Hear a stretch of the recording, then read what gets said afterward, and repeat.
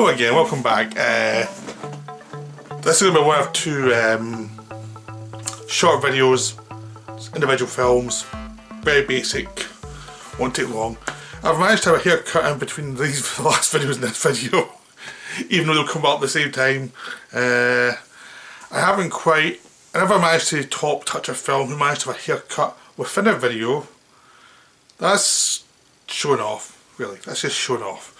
But, you know, I did between videos, you know, I was modest. Right, the first one is Overlord. Right, Overlord is a horror movie, World War II movie. It's basically for people who loved 80s cheesy action horror movies, really. I mean, it's an 80s movie. I mean, for anyone who kind of grew up in the 80s, you'll have watched a ton of these kind of movies that were kind of, they veered between the kind of big budget stuff like The Thing and low budget direct to video stuff that was pretty tasteless usually. And you'd find in the video shop and you'd be like, there'd be some gory cover and you'd think, I need to see this looks amazing. And you'd watch it and it was really cheap and it had really bad actors in it, but there's enough gore to keep you going. This is an update of that. I mean, it's a lot of fun. I mean, again, as I said before, horror movies don't scare me, I just enjoy them. This one was a nice little throwback. I mean, J.J. Abrams produced it, and it's weird. I like his films. He produces more than the films he directs. I mean, the films he produces, I think, outside of the Cloverfield paradox, you know, tend to be pretty good. The ones he directs, it's almost like he doesn't have someone telling him, like, that's not a good idea. There's always like, in the films he directs, there's always like one idea. It's like, someone should have said to you, don't do that. But when he produces for other people, they don't have that in the films. They don't know what's going on. But there you go. So this one's a lot of fun. There's lots of on-set photos of J.J. Abrams on set. Some guess he was really involved and was really supportive of the director. And it's just a lot of fun. I mean, it's just trashy fun. I mean, the film I compare it to for just like nostalgia fun, like fun that makes you feel good about watching this kind of old-fashioned trashy movie is like Hansel and Gretel Witch Hunters. This is a better film. Basically that same nostalgic, over-the-top 80s feel to it. It's like, it was made by people who watched these 80s movies and got the joke. It's the same thing here, but this one starts off more serious. It's more like a From Dusk Till Dawn situation where the first half's a serious movie, then it becomes this genre mashup with tons of gore flying all over the place. I mean, technically, From Dusk Till Dawn has a better first half, but this is stronger all the way through, because Dusk Till Dawn, it's a lot of fun all the way through, but the second half there's a dip in that film where I don't think they worked out the final act as well as they could have. You know, it's a lot of fun, Dusk Till Dawn, but there's like, yeah, feeling the plot was really much more inventive, getting to the point, and then when they got to the point of fighting the vampires, I don't think in that film they worked out. I always felt that there was one idea missing from the end that you needed to really push it to the end. This one is actually kind of less ambitious in some way plot-wise. It's more contained, but it feels like it just works better as a film. So the first half is like basically these American soldiers who are part of a mission just before D-Day to go in and knock out this transmitter that's blocking all the communications. They blow that up, it means when they do D-Day they can communicate better. So they're on a mission to go to do this thing. So they're in a plane and they've got to jump out of the plane and go and take this thing out. Most of their team gets killed straight away, and the planes are getting blown up all over the place. So there's only like 4 of them left after that. Out of this whole platoon, there's only like 4 left. It's a really terrific sequence. You start with the people on the plane, you introduce the characters, and you end up going out of the plane with the main character, and it's really enjoyable. And then they get together, it's like a World War II movie, they get together, the survivors get together, and they end up being in this French village, because it's set in France, obviously because it's D-Day. We're in this French village, and there's lots of like suspenseful sequences, because there's Germans all over the place, and they're looking out, and they're killing people, and because it's an important area, the German presence is very militarised.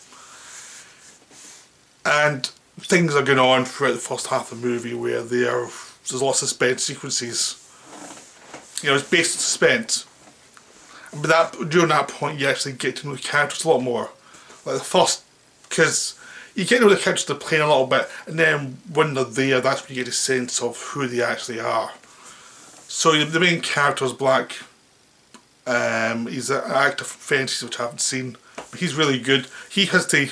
Some ways he's the hardest part, because he has to play the pure heart guy, and that's always, in a war movie, that's always the most boring part.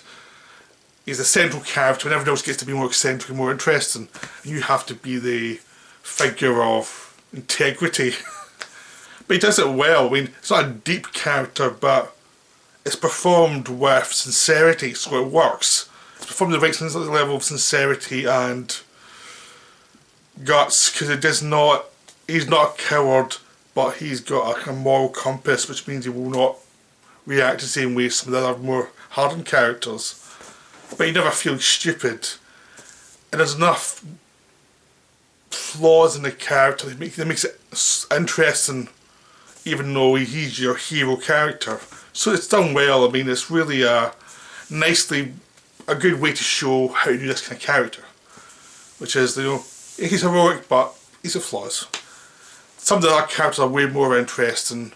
Like you have a smart ass guy who never shuts up, but he's a bit of a softy at heart. It's a cliche, but it's done well in this film. There's a guy who's like a photographer who's a bit more naive, but he's well-meaning. It's done well too. The best character is played by Wyatt Russell. He plays a guy who's he's coming into the platoon to help them blow this place up.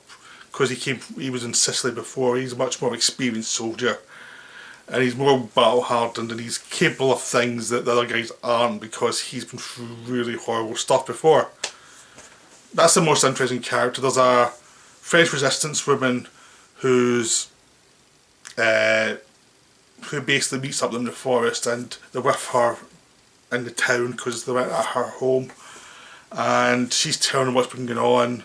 And it's leading to the suggestion of something more than just a tower for communications going on. It works really well. She does her job really well in the film. So everyone's good. There's a Nazi guy that comes early and gets kidnapped by them. He's a good villain because he's nasty, but he's not stupid. You know, he's a true believer, but he's not a dumb character. He's a real villain, but he's capable.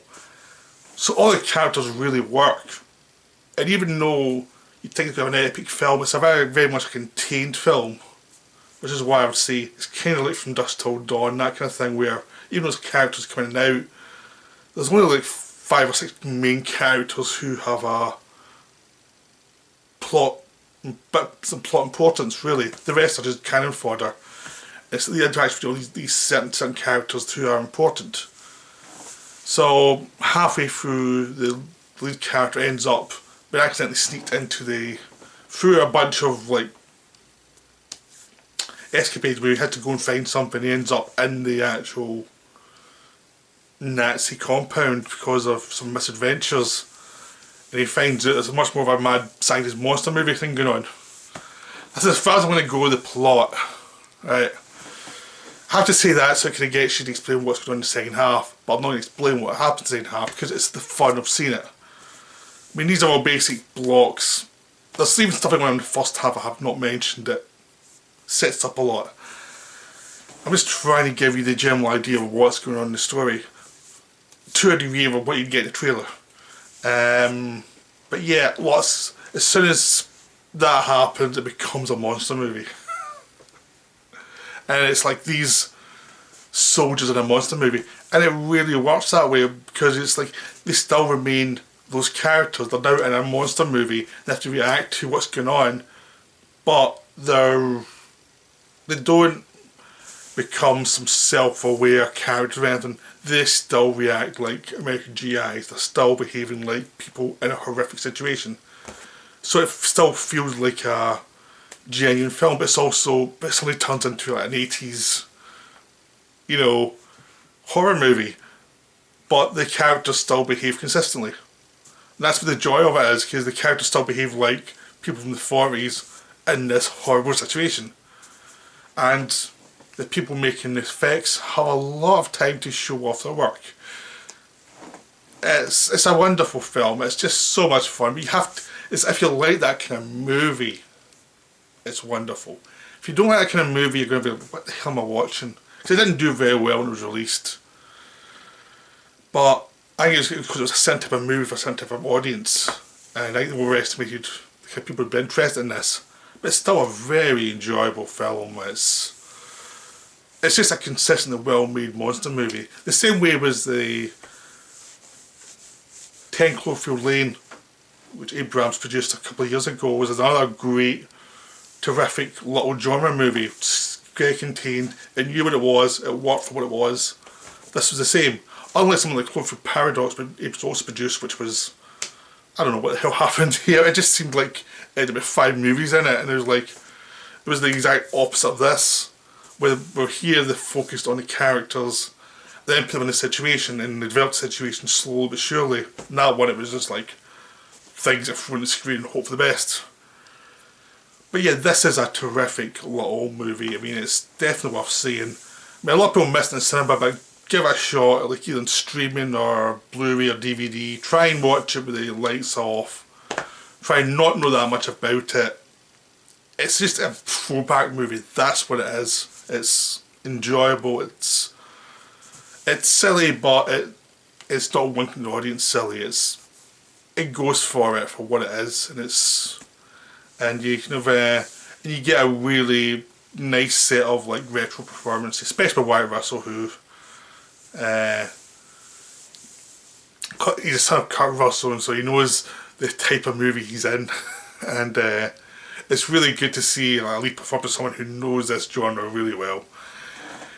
So that's Overlord. I would also say I have seen Rings. I mentioned in another video I was going to see Rings.